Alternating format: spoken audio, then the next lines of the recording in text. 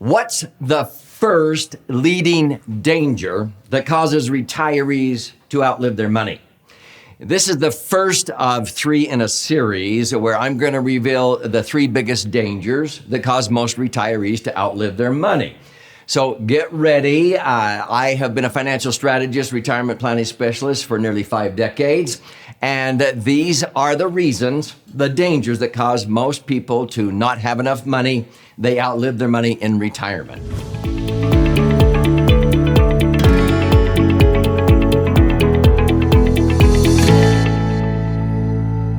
So I'm Doug Andrew, and as I mentioned, I've been a financial strategist and retirement planning specialist now for about 48 and a half years.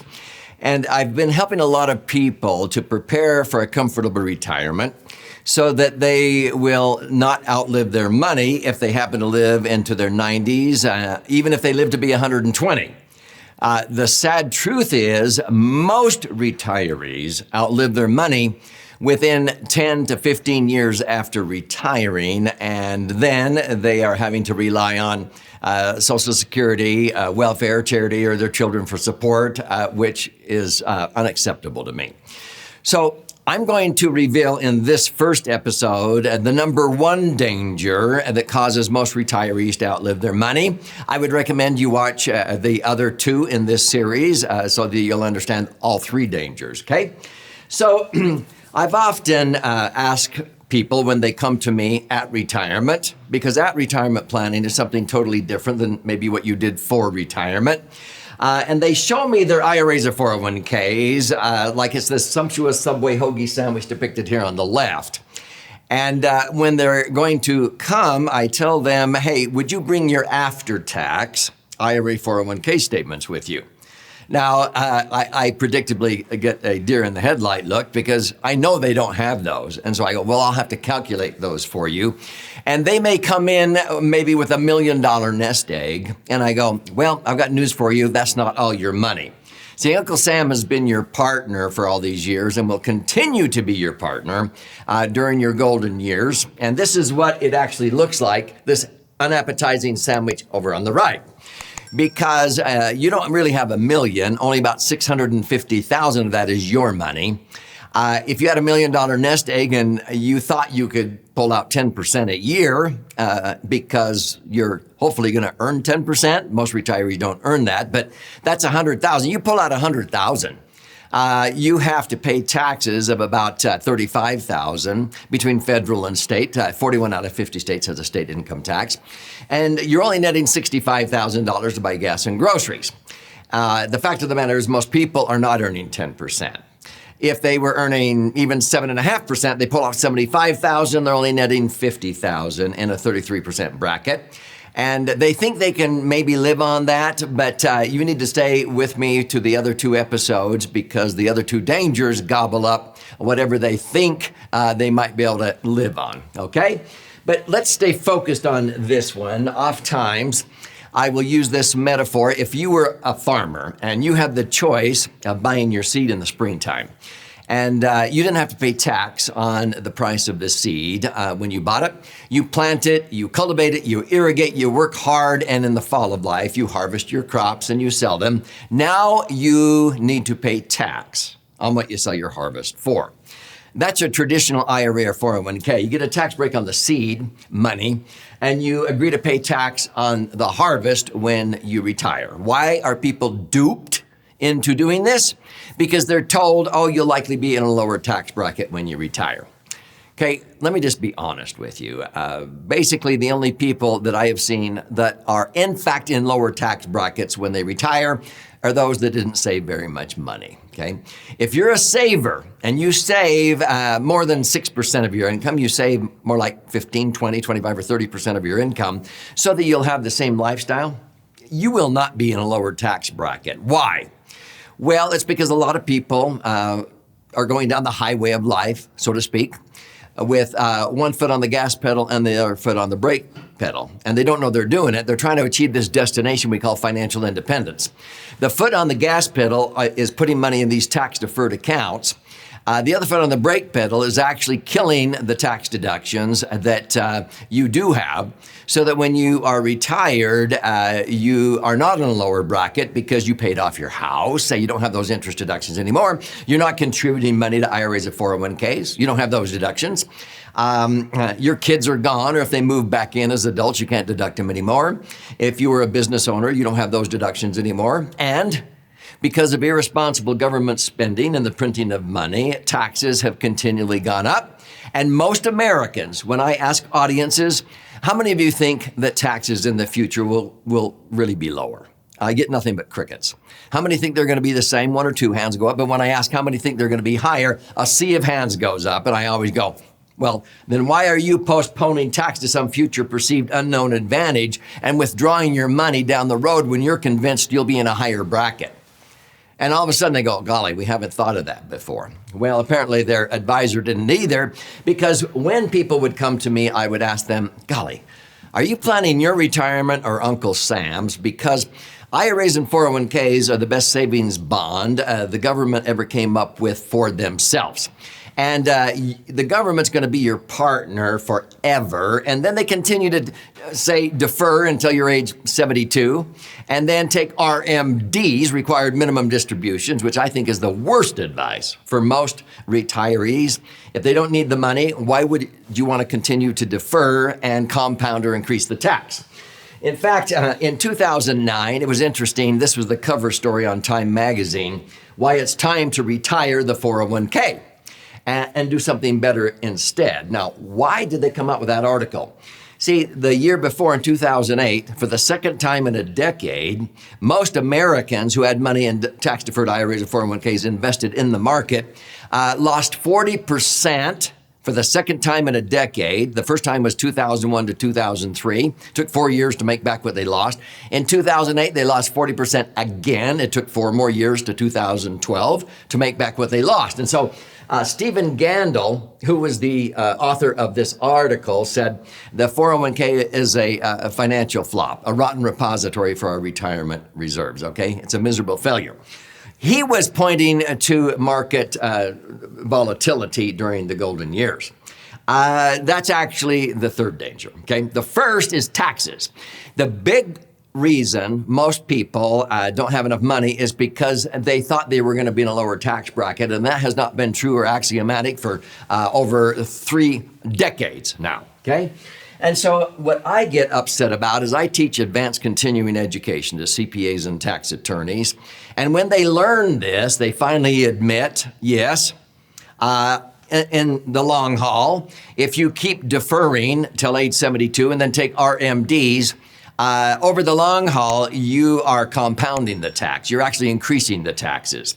But see, they look at things short term, and they are only trying to satisfy you and make you happy when you say, well, how can I avoid paying any more taxes than possible this year?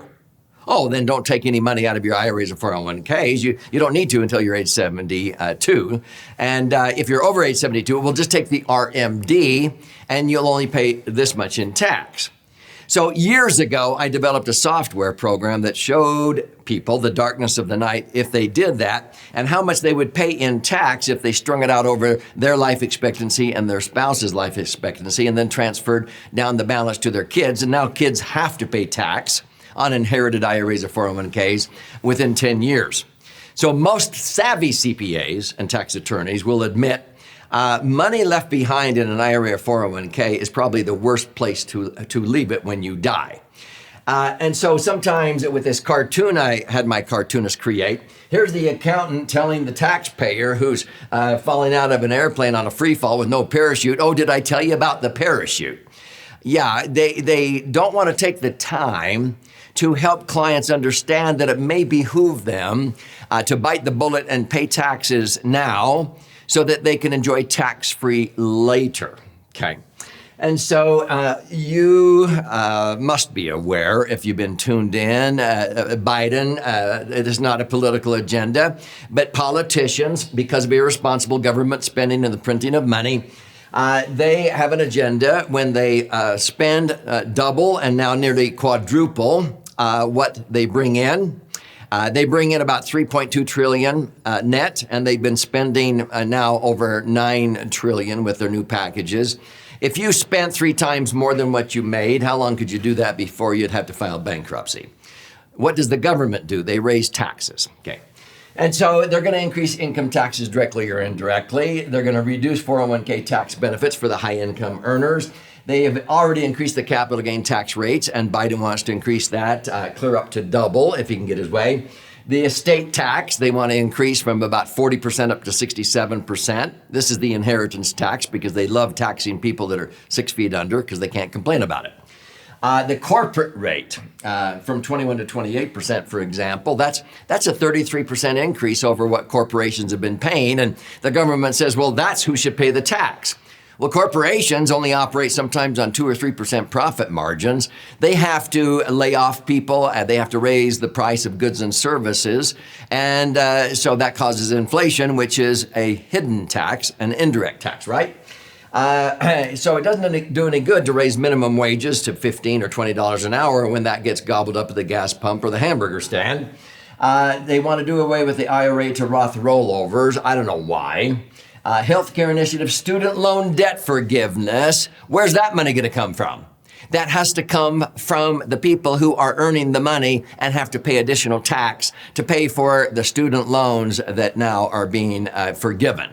Folks, if you can't see the writing on the wall, the taxes will be higher. Now, there are only 3 types of income Americans pay income tax on. Ever since 1986 tax reform, the second term of Reagan, the 1986 Tax Reform Act said that from that point forward, there's only 3 types of income Americans have to pay tax on the front page of their 1040 tax return.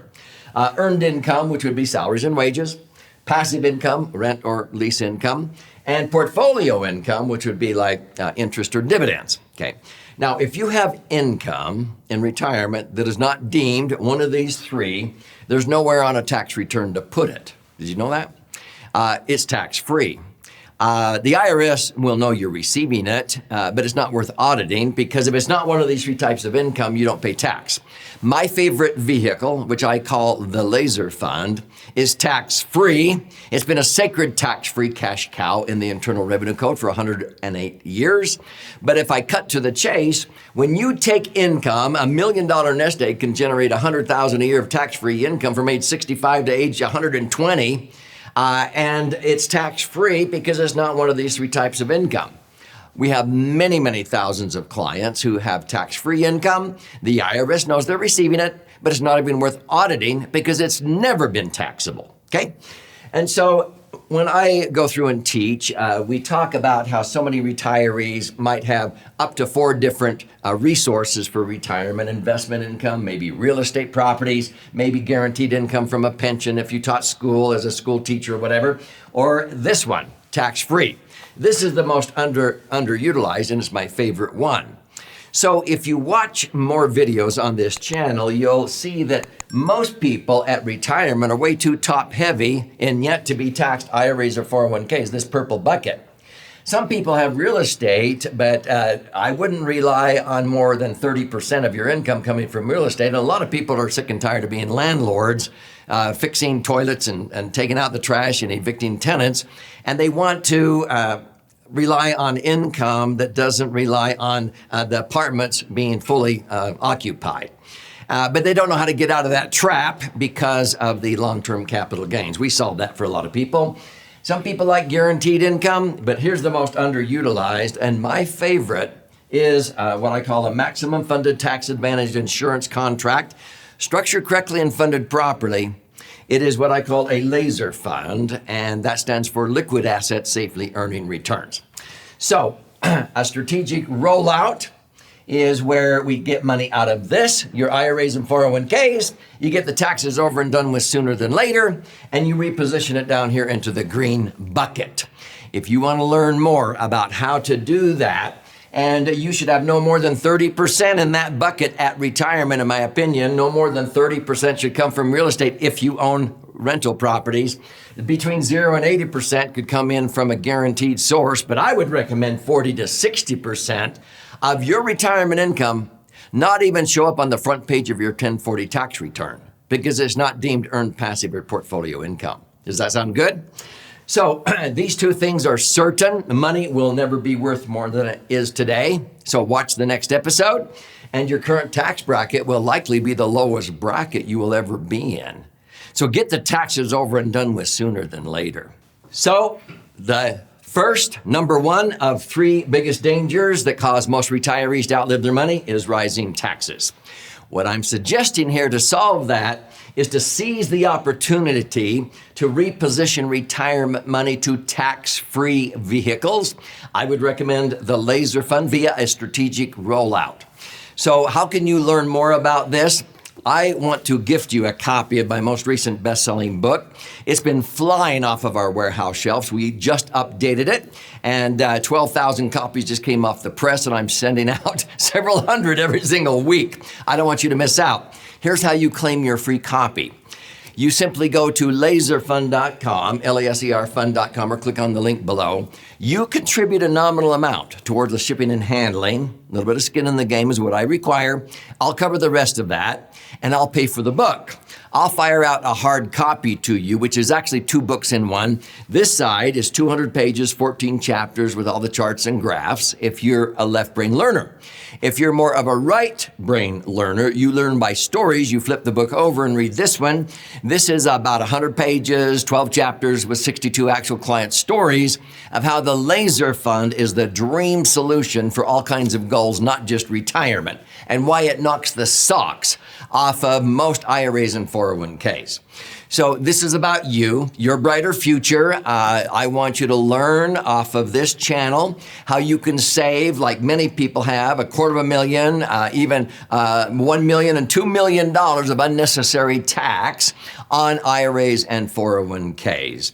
Be sure and learn and engage when you're in there. We teach webinars. You can even pick the brain of a top IUL specialist to be able to learn more about how this may help you in your particular set of circumstances.